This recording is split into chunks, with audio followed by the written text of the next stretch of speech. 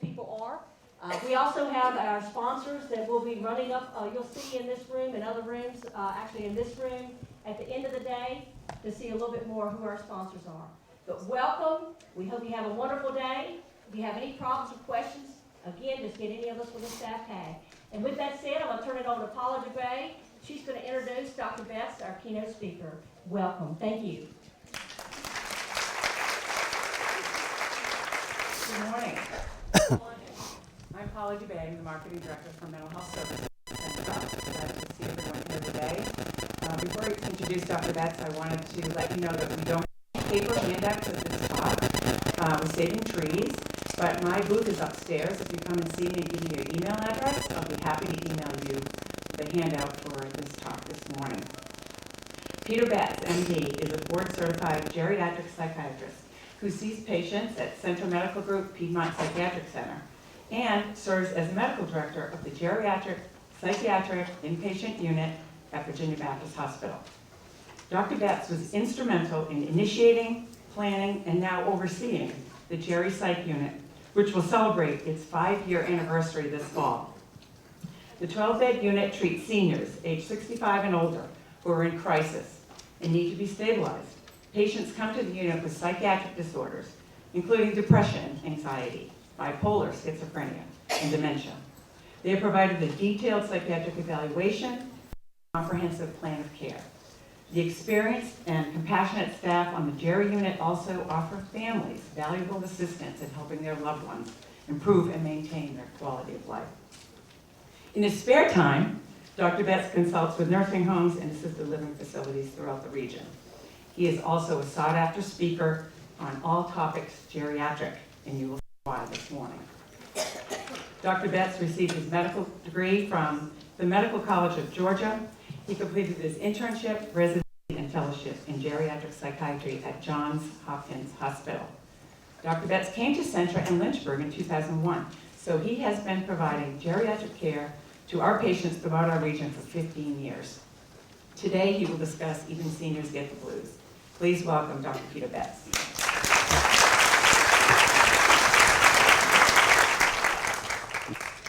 Good morning. I have 2 microphones and a loud voice, so hopefully everybody can hear what we're about to talk about. I have what I found to be a very difficult topic to talk about depression first thing in the morning and to try and make it lively. I will do my best to see what we can come up with. And Paula is fantastic. She helped me put all the pictures together. So it's all more nicer to look at because of her, and I appreciate that. One of the things that I really would like to do is I'd like everybody to put their hands together for Denise Scruggs and all the work that she has done to put this conference has grown, and it has become really a fantastic, I think, highlighted event in the region for coordinating care for elderly folks. So I really appreciate all the work that she's done. So let's talk about seniors getting the blues, and we'll sort of talk about what depression is and what depression isn't, and somehow put this together in a way that we can work together and by ourselves to try and ward off some of the symptoms of depression. And we'll try and put that together in a meaningful way. So one of the things that we often do is we often have this misconception that growing old is bad, right? We don't like to grow old. We like to all stay young. Well, there's a quote that I read once, and it's one of my favorite quotes. It goes like this. He says, well, growing old, there's not too many other ways to live a long life.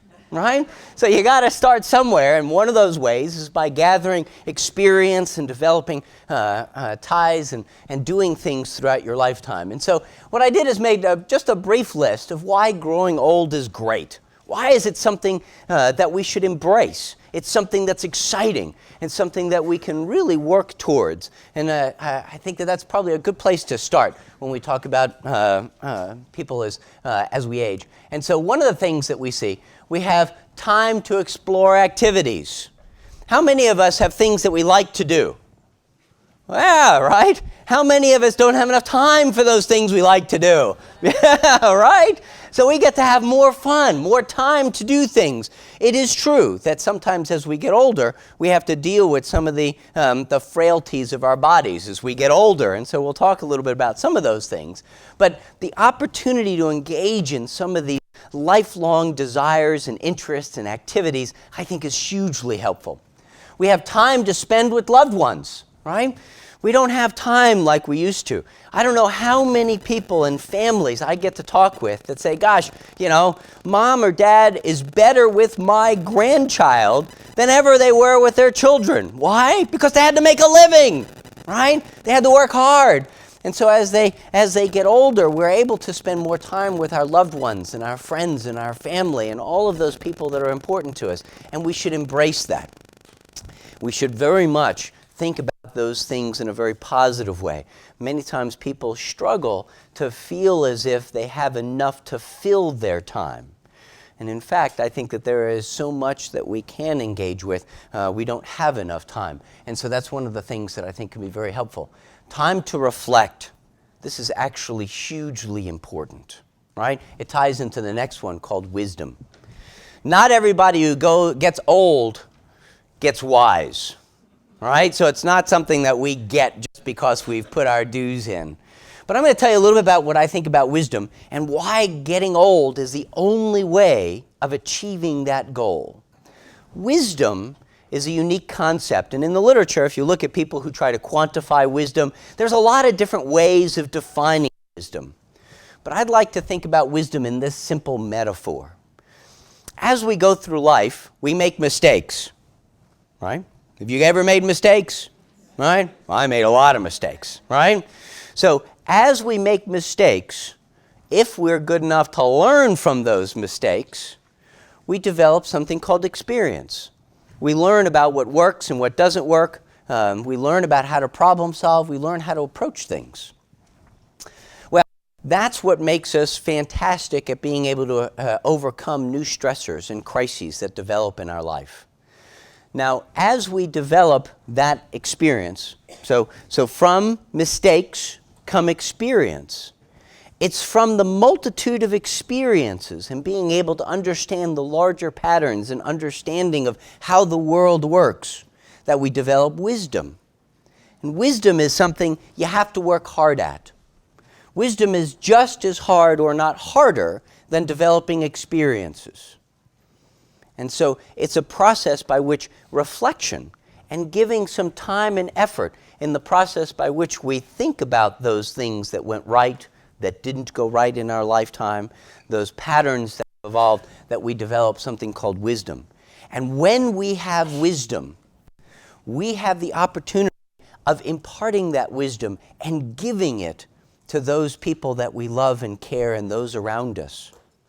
Teaching, like here at Lynchburg College, is about the most laudable profession and opportunity there is, period. To be able to take that wisdom and understanding, sometimes it's just black and white knowledge, right? But to be able to give that to others, other generations, other peoples, to be able to use in their own environments and life and in the world that we live in, our community, is huge. And that's something you don't get until you grow old. We can't do that when we're young, and I don't care how brilliant you are. It's something that requires a lot of time and effort. Relationships, developing relationships, spending more time with folks, being able to really engage and interact. We don't often have a lot of that opportunity when we're young. When we're young, we have a lot of contacts that we have, but we often don't have the opportunity to develop the relationships in the meaningful way that we can when we're older and we have more time. And that is something I think to celebrate and really to engage in a number of different ways. On the other hand, we got a bunch of hang-ups that we have to put up with as we get older, right? And these are the real stresses that we have in this world. Excuse me. Everybody who's listening through this microphone got a wake-up call. So we have to deal with finances, right? As we go through retirement, we oftentimes have to deal with fixed income, right? That means that as the cost of living goes up, our monies don't go up, right? We got to learn to live on less, and that's tough, right? We talked about as we get older, we tend not to interact with as many folks, right? For example, just using my life, I see people all day, right? So this morning I went to the hospital and I rounded on some people's on the inpatient unit. And then I get to come over here and see 380 wonderful smiling faces, not to mention all the people that are working here, right? And then I get to go in my clinic all day and I see a bunch more peoples. And when I retire and I get old, I'm not going to be in the clinic, right? And so in that setting, I don't have as many people individually that I interact with. But what the data shows is this, is that as we get older, the core group of people that we call close friends, true, meaningful relationships, actually remains constant. If you go through life and you have more than 5 really close friends, you are wealthier than just about anybody sitting around you. It is a very hard thing. And I'm not just talking about a casual acquaintance or somebody you like to hang out with, right? But a really close friend. Those are brilliant gold mines of life-saving sort of relationships. And we'll talk a little bit about that over time. That is very important. So just because we don't see as many people as we used to, that's important to remember that we tend to have the same number of important relationships. And maintaining those relationships, that means getting out of the house, being active, going places, is key. We oftentimes have to deal with the frailties of our bodies, right?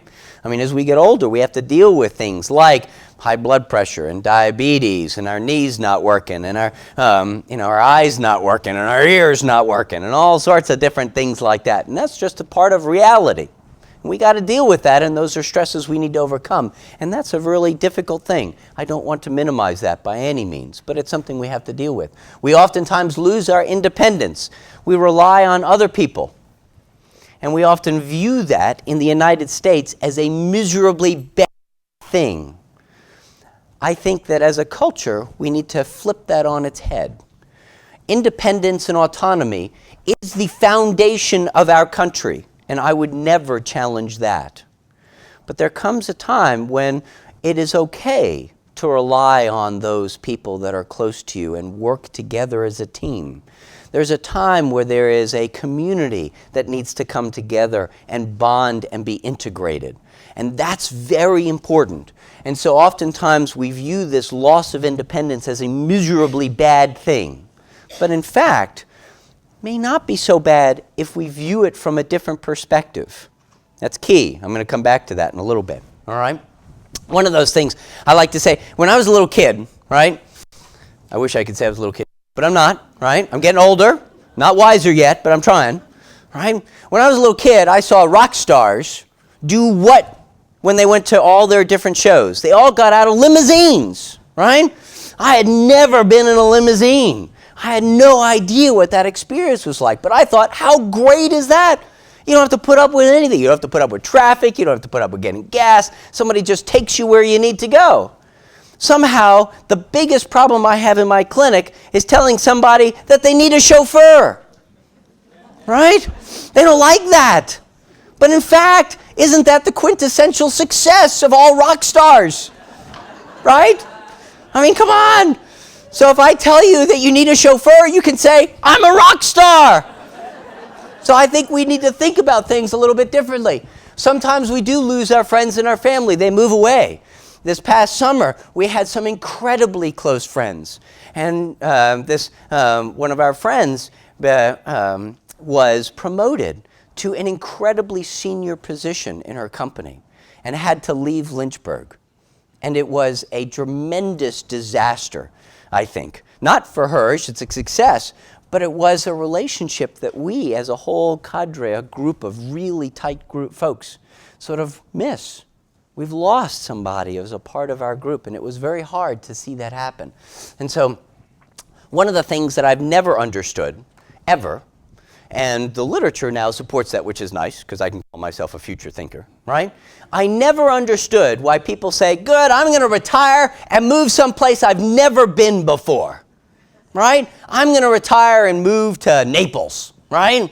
Or I'm going to retire and move to Hawaii, where you know nobody, You know nothing about the culture. You don't know anything about what works within that community, what the style of interactions are. You know nothing. I'm sure there's great people everywhere, right? But it's interesting that you're willing to give up everything that you have developed over decades and a lifetime to go someplace else. It seems silly. Now, sometimes we need help by our friends and loved ones, right? Particularly family sometimes, and we've got to go live near our family. We want to be near our grandchildren. I get some of those things.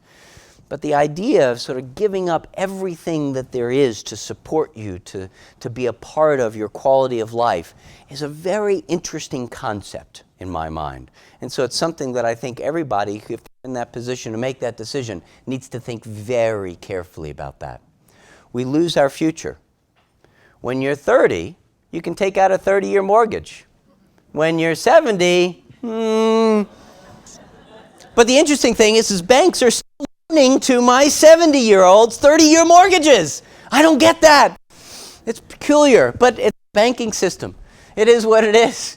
But we lose some of that. So when we're 70, we're planning for a duration of time that's different.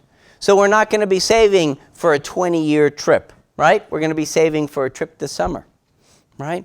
And so we're going to be doing things a little bit differently. But that doesn't mean it's bad. We need to think about it a little bit differently, right? Cultural expectation that old is bad. I hate that.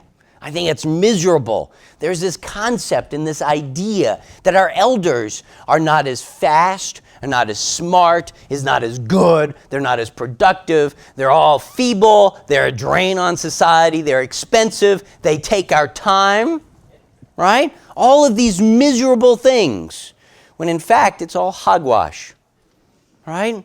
I tell you, our elders are the gem and jewel of our community, of our society. And we do not spend the time, we do not give them the respect, we do not do what we need to for that whole population. And it's an unfortunate circumstance. And it's built on, perhaps, many of those things that are real. So, for example, as we get older, we aren't as fast as we were. It just is. So guess who can't make as many widgets? Right? Guess who takes a little bit longer to learn the new processes, like the computer systems that are coming out? As we get older, it's natural for us to take more time and effort to learn these things. That's a part of normal aging. But that doesn't mean it's bad. It just means it's different. On the other hand, it's those wise people that make decisions for companies that still don't know how to run the boiler room today, right? Whereas the young folks can be the best boilerologists there is, right? But you wouldn't want them running your company. And so there's this cultural expectation, and we need as a group, I think, to fight that, to challenge that, to be better than we were, and we think about our elders. And so I'm going to move forward. Sadness is a normal experience. As we go through life, right? We've just had 2 slides. We've had a slide of all the things that make us happy, right? And we have a slide of a bunch of stuff that makes us not so happy. So sadness and grief and feeling kind of bummed because of our circumstance and the things that are happening around us is normal. When my friend left, right, it was sad, really sad. So we're all going to get together and we're going to have a big beach trip this summer, and we're all going to get together again, and it's going to be really cool, right?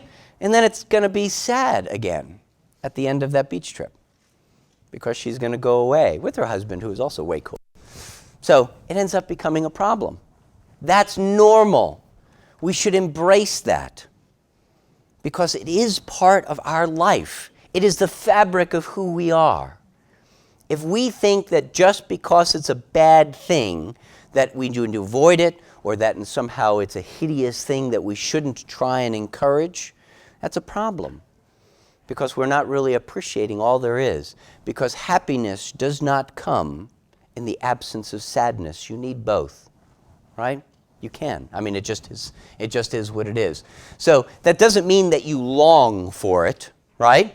I'm not suggesting you wake up in the morning and say, I'm ready for something bad to happen today, right? I mean, I'm not going that far. But I do think that when something bad happens, that we allow ourselves to feel sad. We appreciate what it is, And then we figure out how to manage those things. And we'll talk a little bit about that. So major depression. When sadness is really bad, right? When it's not a normal, I'm unhappy because I just got a letter from the IRS, right? I didn't, but if I did, I'd be sad, right? Or I got a speeding ticket, right? Or my son broke his arm. I would be sad. I'd be unhappy about those things, right? Because that's normal. However, sometimes sadness becomes so profound, it becomes so pervasive, it becomes so severe and disabling that it ends up becoming a serious illness that affects our quality of life, and that we cannot just figure out a way of coping and managing that. In medicine, we use the word major depression. It's a historic term. There is no minor depression. There's no moderate depression. There's no mild depression. There's no depressionette, right? It's just bad depression. So I'm going to tell you a little bit about what depression is, because I want you to be aware of what to look out for, because this is common, and it's something that if you have it, a friend has it, a family member has it, a coworker has it, they need help. We can provide help. And this is huge. It costs our community tremendous amounts of anything you want to put in this spot. Money, it loses time, it loses friendships, it loses everything that we have worked so hard to try and accomplish. Depression is miserable. There is a fancy definition in the diagnostic and statistical manual that we use in psychiatry. I'm not going to bore you with that. I'm going to give you the Betz version, all right? So these are three things. If you have two of these three things going on in your life, or a loved one does, then there is a very high risk of you having this illness, major depression. And an illness is something that we can and should treat, right? I'm just going to go through them. So the first is a dysphoric change in mood. You notice that I didn't say depression, right? Could be depression, but it essentially is the lack of happiness. Many times people come to me and say, I don't feel depressed, doc. I just don't seem to enjoy squat, right? You ask them, do you enjoy the gardening? Well, I haven't set up my garden this year. Why not? I just don't feel like it. But normally you are the prized winner of the largest squash in the country, right? And this is huge. We just don't have that vitality anymore. We don't enjoy taking care of our yard, taking care of our house. We don't enjoy going out. We're not eating as well as we did before. We're losing some of those things. So it's persistent and pervasive, and we're sad. Sometimes we're just irritable. That's particularly common in the elderly and in young folks that have depression, that they get primarily just cranky and irritable. And you sort of wonder, why are you cranky and irritable? And what do we do when somebody's cranky and irritable? We go and stay away from them, right? When in fact, what they need as our friends is for us to step out of ourselves and say, well, let's work together. Let's try and help each other. That's tough. It ain't easy to do that. And that's huge. So if you've got this dysphoria, this unhappiness, this crankiness, and it just keeps going, and it's not just when you get your performance review that's not as good as you want it to be at work, right? And it's not just because you're struggling to pay your bills at the end of the month, and so you get past that and life is okay, right?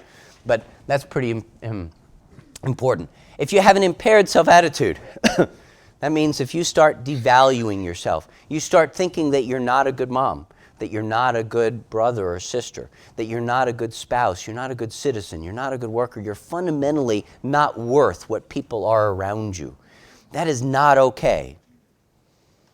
I tell people all the time, I have to work very little to look around me and find somebody who's smarter, stronger, faster, younger, taller, thinner, more intelligent, better in every way.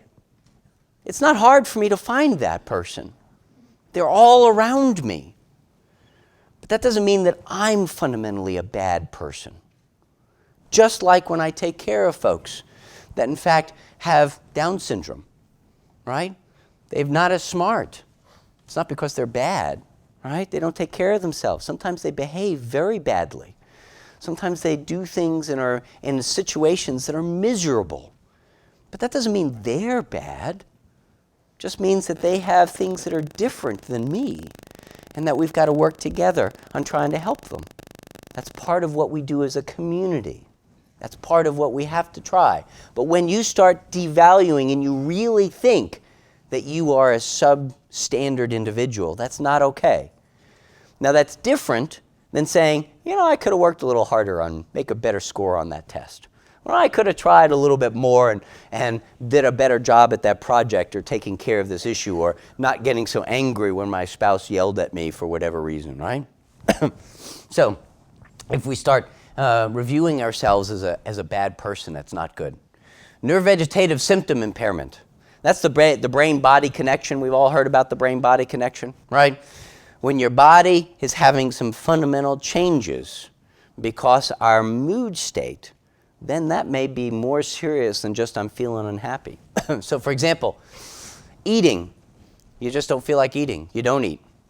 Some people like me, right? You get stressed, you overeat, right? That's a problem too, right? Sleeping. You have persistent sleep problems. Either you just want to ignore the world and sleep all darn day, right? Or you can't get to sleep. Or you wake up early in the morning. That's a particularly bad sign, right? Energy. You lose energy. Some people get restless, have this irritability. They can't sit still, but they're not happy. So it almost seems like they have too much energy, but it's not tends not to be productive. Excuse me. Sex drive. We like to pretend that old people don't have sex, but they do, which is good, right? Right? That's why there's this sort of sex basket that we were talking about in the raffle, right? Get everybody in the mood, right? And so it's because it's good, right? But when that drive changes, right? Not to be too provocative, that's a serious problem, right? That is a part of our drive, our life, just like our sleeping and our eating. It's part of who we are as an individual. And so when those things change, we need to take that very seriously because it could be something much more serious than just, I'm not in the mood because I haven't won the basket, right? So we've got to work on that. So why do we care? Why is this an important topic? Why do we talk about depression first thing in the morning?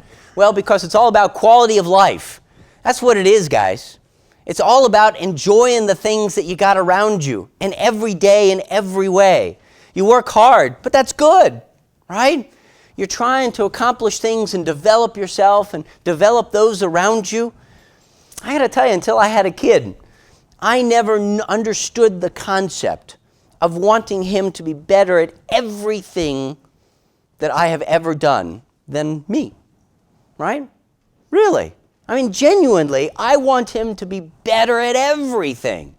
I want his quality of life to be phenomenal. That's what I want.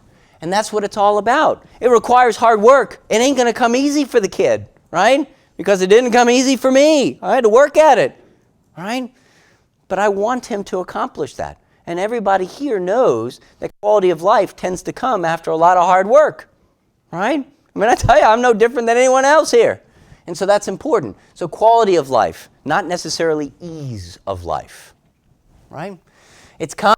A bunch of people have major depression. That means the very severest form of depression that I was talking about, right?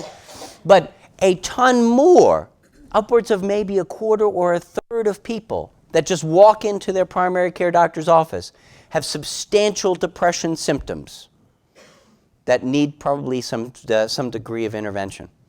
That's a lot. That means when you're sitting in the doctor's office, that means if you aren't one of them, one of the other 3 people sitting next to you has this syndrome. It is incredibly common.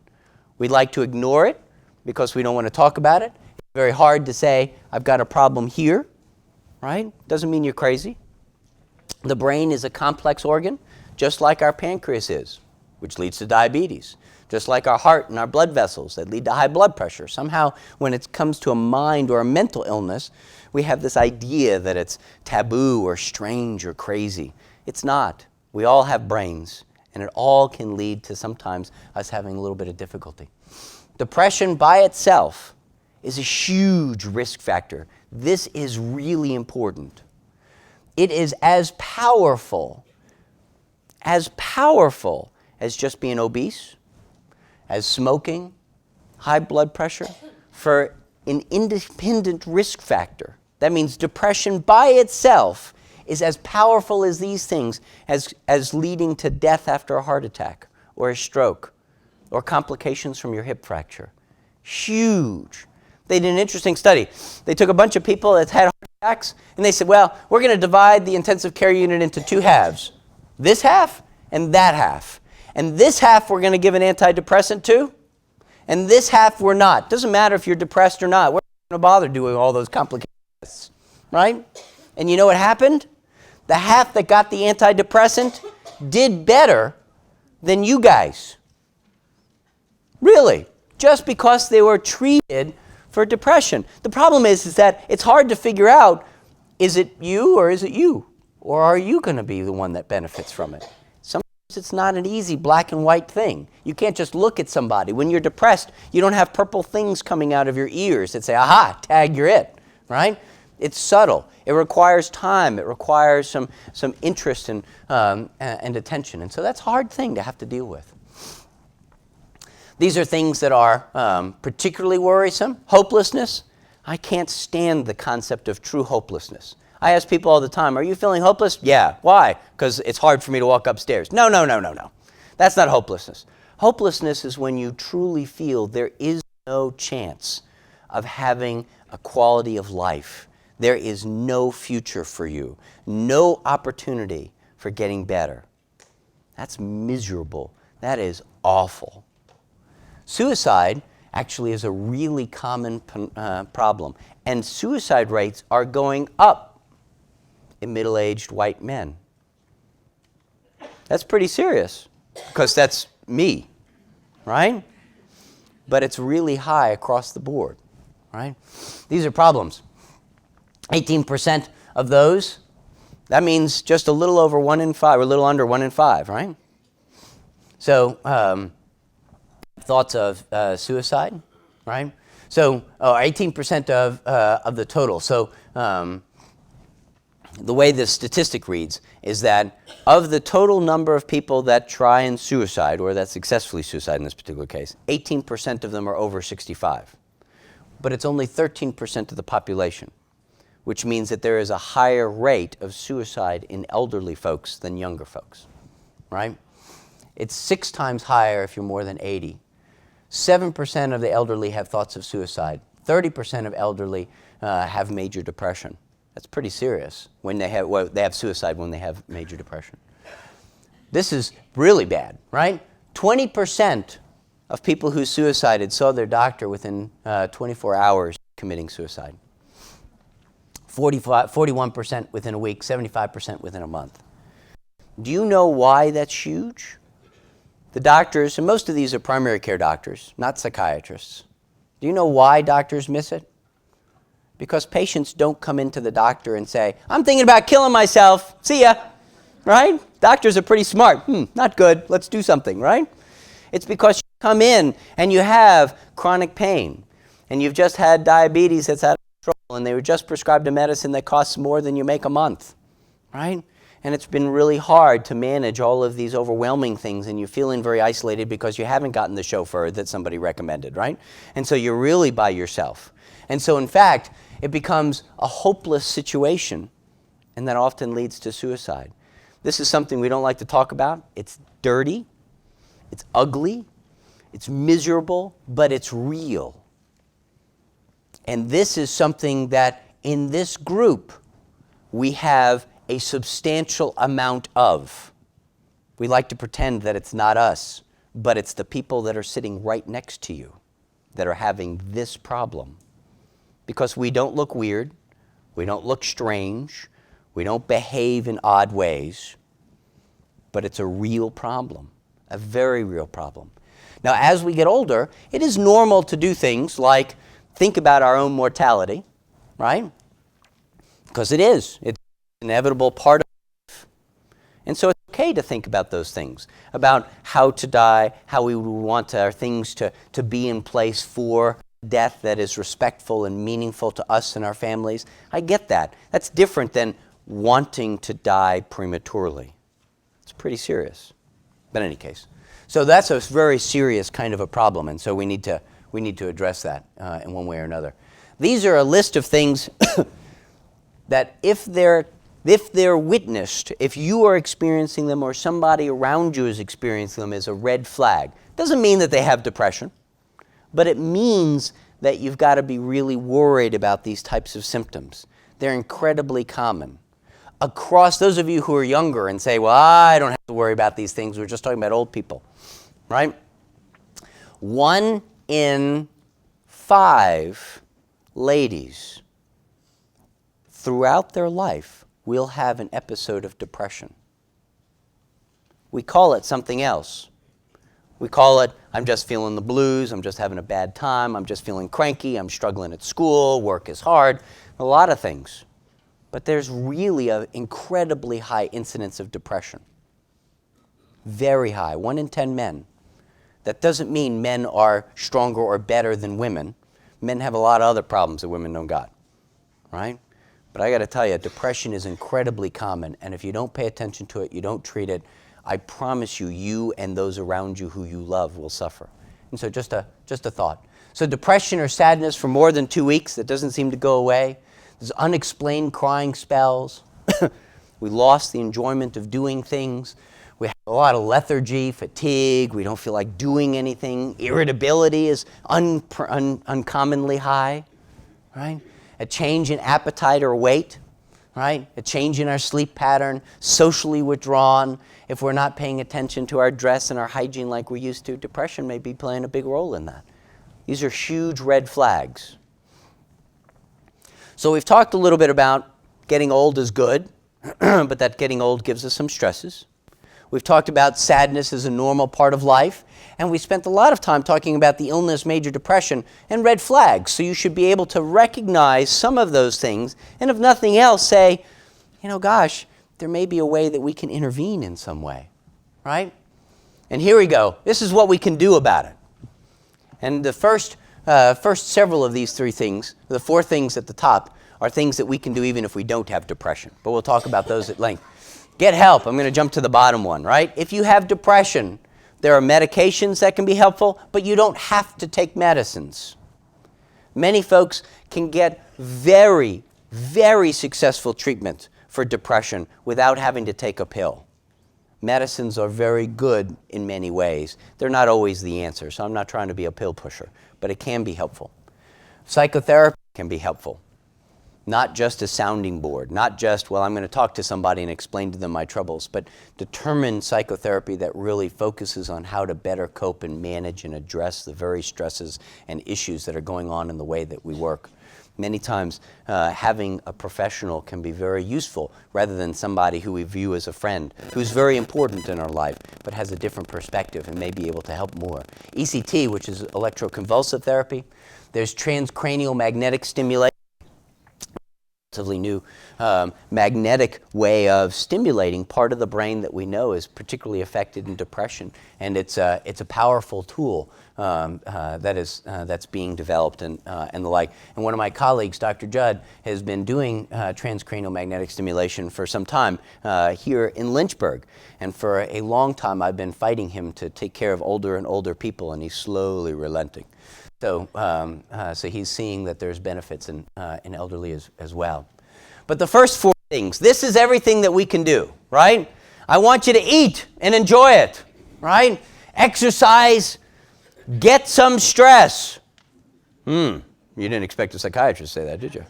Right? That's important, hugely important. We'll talk about that. And reach out to friends, maybe family. As I take care of a lot of people in my clinic, I have discovered that family are very important in our lives. But it turns out that our friends, many times, are much more important in being able to provide a quality of life. I have many patients complain about their family, and I have far fewer patients complain about their friends. Just an interesting phenomenon. One of our friends gave my wife a pillow, and the pillow has embroidered on it, says sort of, friends are the family you get to choose, right? So I think that kind of highlights this idea of community and working together and being a part of something more than just your own little insular self and your little apartment or your house or and the like. And so we're going to talk a little bit about this. I don't know how much time I have left because I tend to be long-winded. Oh, good. All right. So we get to spend a little time on the first four up here. Diet. So I'm going to talk about diet. So any of you who are nutritionists, I'm going to offend you. But it's not because I don't like you. You're very important, right? But I want you to forget everything you know about diet. Everything. Because it's all wrong. Every bit of it, right? If the government tells you about how to eat, you can be guaranteed they're 100% wrong. All right? So don't listen to the government tell you how to eat. All right? Now, where nutritionists are particularly helpful and will not follow this plan is if you have a particular kind of ailment that requires a specialty diet. So, for example, you have kidney failure. You have congestive heart failure. There are certain aspects of illnesses that require certain types of foods or special types of foods to be avoided. And so that's not what I'm talking about. If you have a condition like that, then this is not the talk for you, right? We're talking about the general diet and way we approach food. So I just want to make sure that we're on the same page, all right? But I'm going to tell you about eating. So, what to eat? Many times that's what people mean when they talk about a diet. Well, what can I eat? What should I eat? Well, in short, this is the best way of defining probably the best diet we know. There have been a bunch of studies, by the way, on foods, because there's a lot of interest in diet and food. And it turns out the Mediterranean diet of here, which is a little pyramid, right, is probably the best diet that we have, period. There are some people that have hypothesized even a higher specificity in some of the foodstuffs that they would put in the diet. But essentially, the Mediterranean diet is probably the best diet that we know of at present.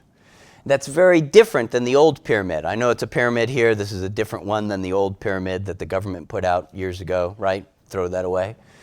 The one thing that I would like to focus on here, this is actually very important, is that in a Mediterranean diet, when you talk about bread and pasta and couscous and polenta and grains and potatoes, right? Then it has this huge bottom one here. This is as it's made around the Mediterranean, not as it's made at Kroger. Right? Let's just be very clear about that. There's a huge difference between the Mediterranean and Kroger. Right? Even fresh fields, you can spend more money on stuff that's not good for you, right? It's very important to keep those kinds of things in perspective. We'll talk a little bit about that. But if you really want to be able to survive in Lynchburg, because we're not on the Mediterranean, in case anybody knows that, right?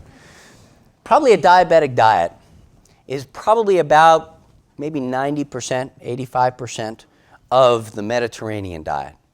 A diabetic diet is hugely healthy. It is amazing how much of our own sense of well-being will get better if you eat a diabetic diet. Now, I'm not talking about a diabetic diet that is extreme in the worst case scenario, but you do things that make a ton of sense. There's a book, and this is called The South Beach Diet by this cardiologist. He actually outlines in an easy-to-read book. Now, mind you, with all books, I'm going to refer to two different books today, right? I don't make any money by selling these books, right? I didn't write any of these books. But what I can tell you is this, is that the books are built to sell, right? Because if you don't make a big hype in your book that I'm going to cure the world, right, it ain't going to sell. Right? So that's the problem with this book, is that when you start reading it, it tells you, oh, I'm going to make you the thinnest, fittest, greatest ever person in the whole world that can, be an astronaut. And, well, it can't. But it is an easy-to-read, coherent approach to essentially a diabetic diet. Right? And so it really is good. Now, in that book, it talks about phase 1 and phase 2 and phase 3. And the book, it's interesting, this cardiologist says, well, I don't like the Atkins diet. It's all bad. But then he goes to describe phase 1 as really another version of the Atkins diet. So don't do that, right? Remember, he's trying to sell his book, right? But there's the rest of the book that talks about how to think about food, how to think about the foodstuffs that you put into your body. Hugely important and valuable. I can't tell you that enough. And so it is a really good resource and a really easy read to figure out what I mean when I say a diet, because it can be very scary. Sort of, well, I can't have my Boston cream pie. Yes, you can, right? Believe it or not, you can, right? And you should. And we'll talk about that maybe in the next slide, right? But anyway, just sort of to think about this a little bit as to what you should eat. But I would argue this, that unless you have diabetes, unless you live around the Mediterranean, unless you're really particular about what you're going to put on your plate, that this slide really shouldn't matter. I just put it up first because everybody seems to think about, when you talk about diet, you talk about what you should eat. Well, I think that's a not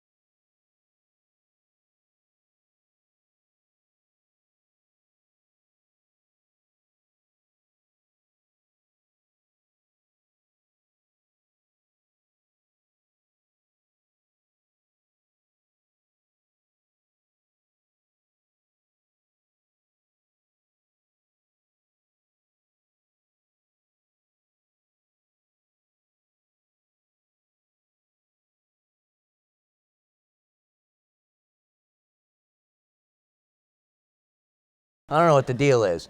But I want to have a bigger brain, right? That's important. Physical activity improves brain connectivity, right? That means it improves the way the brain is actually able to communicate to itself, and we can measure that. That's pretty impressive.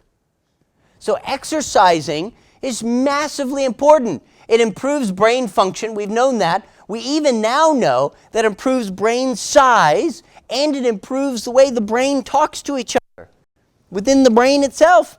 That's pretty good to like about exercise.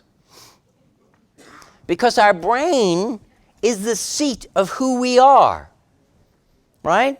Every specialist in medicine always thinks that whatever they manage is the most important part of the world, right? So you talk to cardiologists.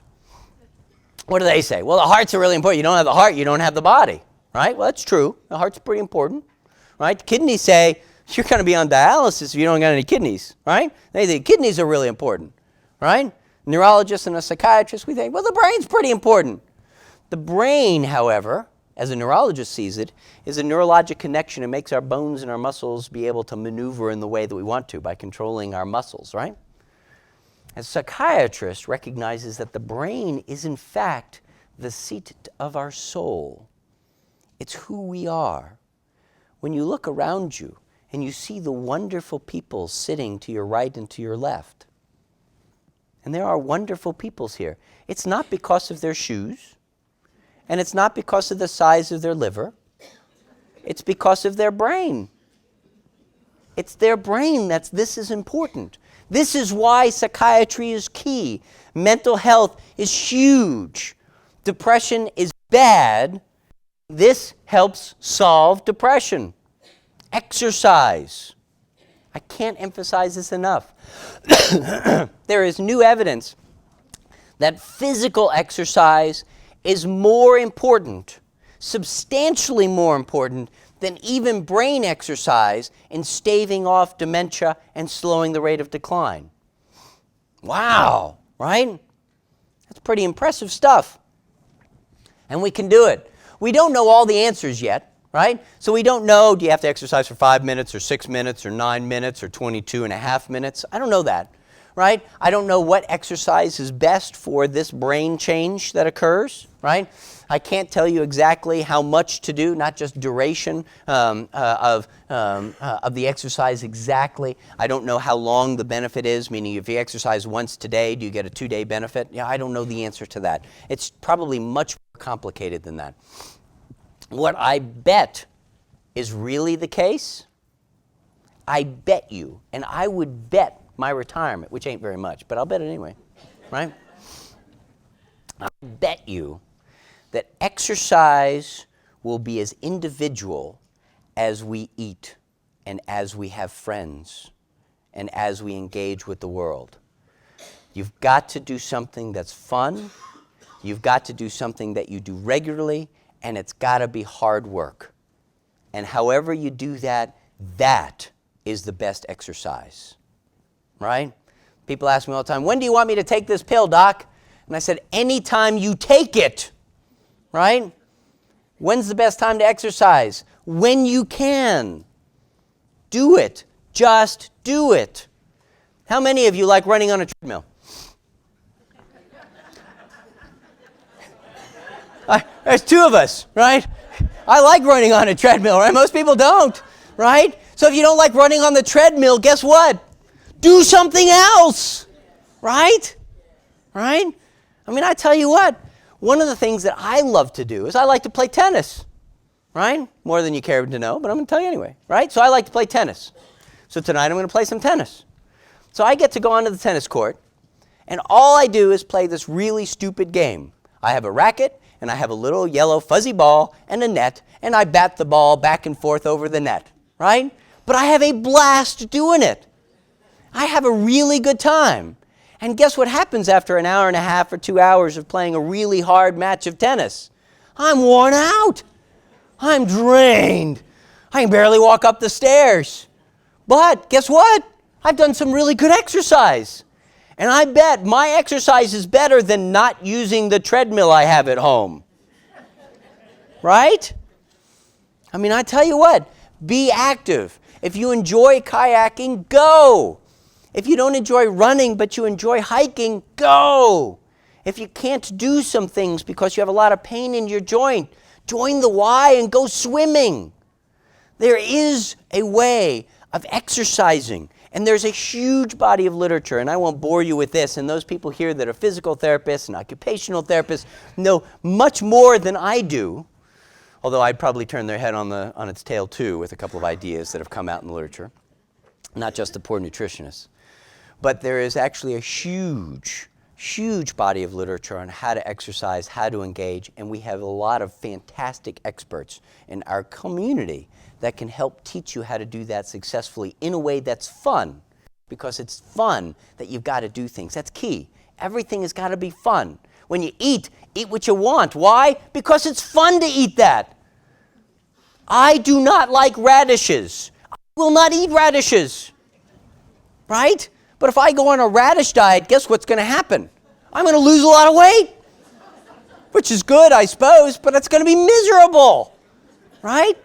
So we got to choose something else, choose something I like, right? So exercise is key. That's important. Stress.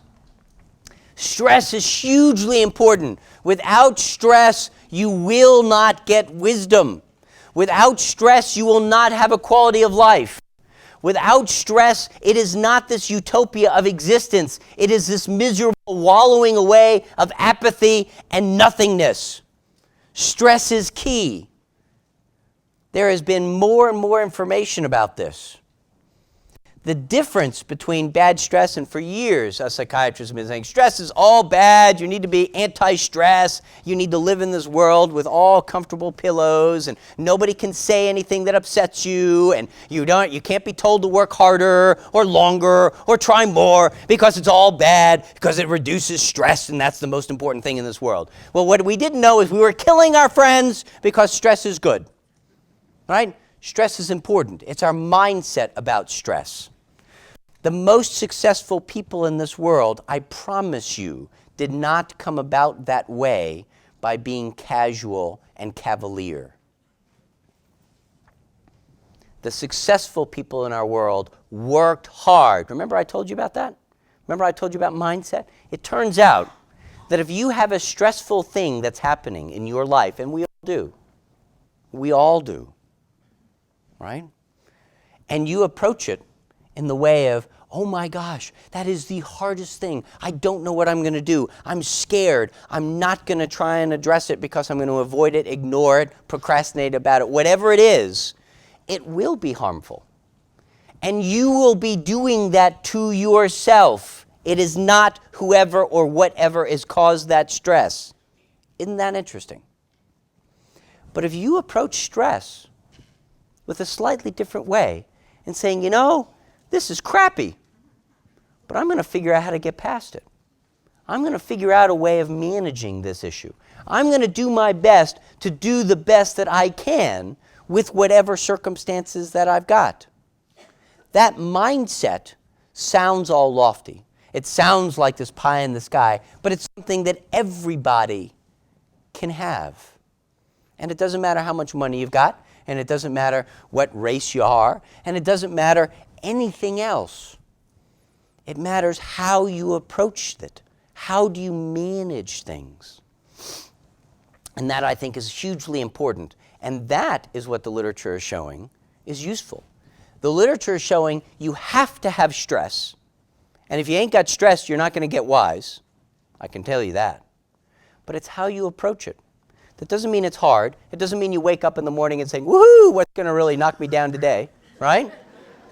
But you think about how do you approach it? How do you problem solve it? How do you overcome it? How do you become better at it? The people that are wise and that have succeeded and that are the elders that you look up to have all been there. Their stories are different. The details in their life are a little bit different. But it's amazing that they have had phenomenal problems in their life as you are. And it's amazing what they can accomplish. And this has been around forever. One of my favorite sort of explanations. Has anybody watched a kung fu movie? Like sort of a beat 'em up, sort of Chinese or Japanese kung fu type movie? They're all the same. right? They're all very much the same, right? You have some little kid, right, that gets beat up, right, and something bad happens to them, whatever it is that's bad, right? And so what their goal is to get revenge, right? And so they learn how to beat other people up, right? And then they eventually hook up with the super master of the world, right? Say, aha, I know, master, whoever it is, I've got to go see them. So they climb some tall mountain, right? And they talk to the master. And the master always says something like this: when you can hear the butterflies flap of the butterflies, then you will win and know all. And you sort of, well, where does that come from, right? Butterflies' wings flapping has nothing to do with beating up these 5 people that were so mean to me, right? But guess what happens during the course of the movie, right? He beats up a bunch of people, and he always gets beaten up a little bit, and then he's got the super successful last-minute win of the battle, right? And then what happens at the very last fight of the whole movie, right? The very last fight, he's about to lose, and then he hears the butterflies' wings flap, right?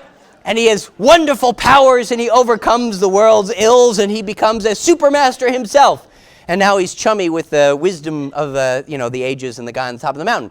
Well, the point is, the reason those story is embedded time and time again in the culture of martial arts is because martial arts, like yoga, is not about hurting and killing and beating up. It is really about mindfulness and wisdom. Believe it or not. And lo and behold, that story of the ages is exactly the story that I'm telling you now. Whether you're being beat up because of the job, because of your financial circumstances, because of illness, because of friends, because of family, whatever it is overcoming those things and being able to appreciate the mindfulness aspects of this world that allow you to overcome and master all of those phenomenal stresses that you have and that I have. That is the story. And so stress is hugely important because without it, you cannot accomplish those massive, meaningful goals that we have in life.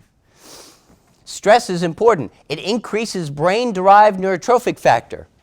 You don't need to know what that is. I kind of need to know what that is, but you don't need to know what that is. What it means is it makes your brain better.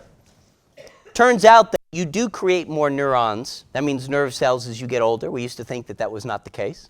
We do know that connectivity changes and improves throughout life. We know a whole variety of things are different than we used to about the brain, and this is a very important issue.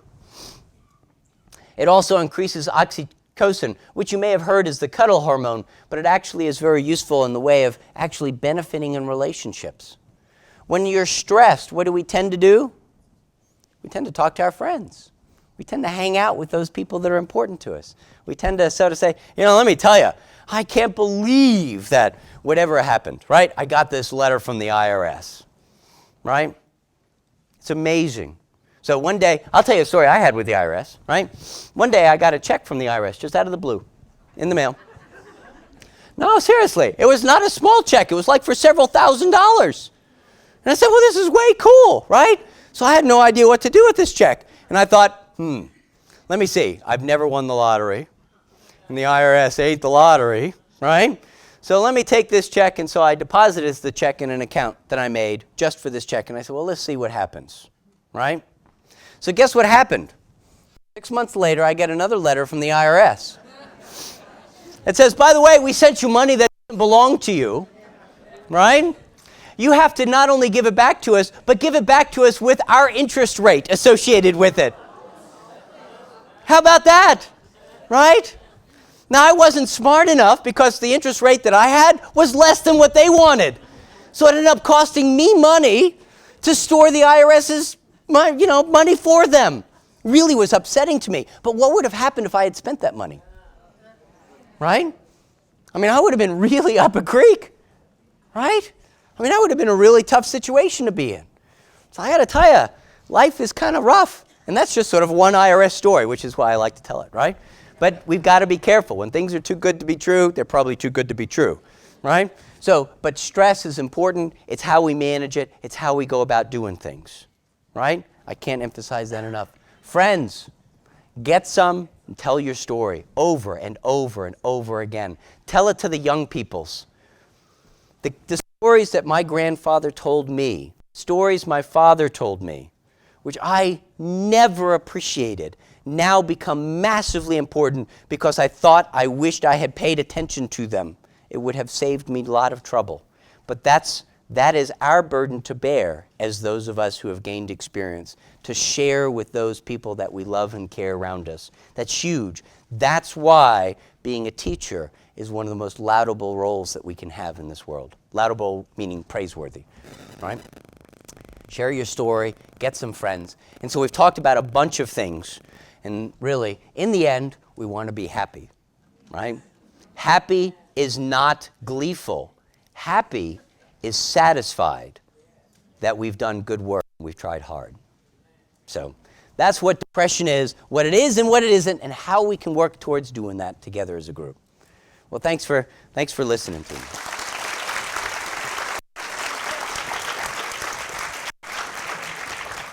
You guys, we have time for maybe one or two questions. Do we have any questions? Any questions?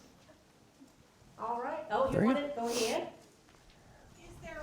Are there any particular books that you would recommend for people, perhaps who are taking care of someone in their home, an elderly person in their home, to help them do it more effectively?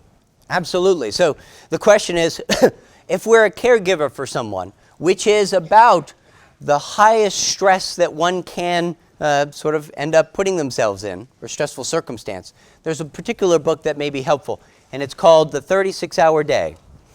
And those that are caregivers know exactly what the 36-hour day means, right? And so it's a very good book. It's by Mace, M-A-C-E, Rabins, R-A-B-I-N-S. And it's I think not too long ago, came out with a new edition. It's an excellent book. It talks about, now this is caregiving of dementing individuals. So it talks about what many people with dementia are going through, how to approach and problem solve the very things that they're experiencing, because I have discovered that 90% of the stress that we experience and that families experience, that patients experience, is because of some difficulty with it, understanding and education, really appreciating what's happening. It seems all strange and weird and crazy, and it doesn't make sense. And so one of the roles that I see myself doing is oftentimes explaining in a way that's a little bit different than they would have thought about why is it that they fight me when I'm just trying to take care of mom? Why is it that they can't express themselves or can't remember, or they think that I'm trying to steal from them, or they're doing whatever it is that's bad? It may not mean what we may very well just spontaneously come up with as an explanation. And so it's a very useful book in that way. Great question, you guys. All right, that's all we have time for right now. We appreciate you coming this morning. We have a break going on to 10:45, and just enjoy the exhibits for now, and don't forget to stop by the silent auction. Thank you so much. Great job. Thanks. Good job. Well, thank you. You're very kind. Good stuff. A lot of people upstairs. Okay. But we had a few up in 232 that didn't, because they wanted to sit together as a group. Yeah. Yeah, that's okay.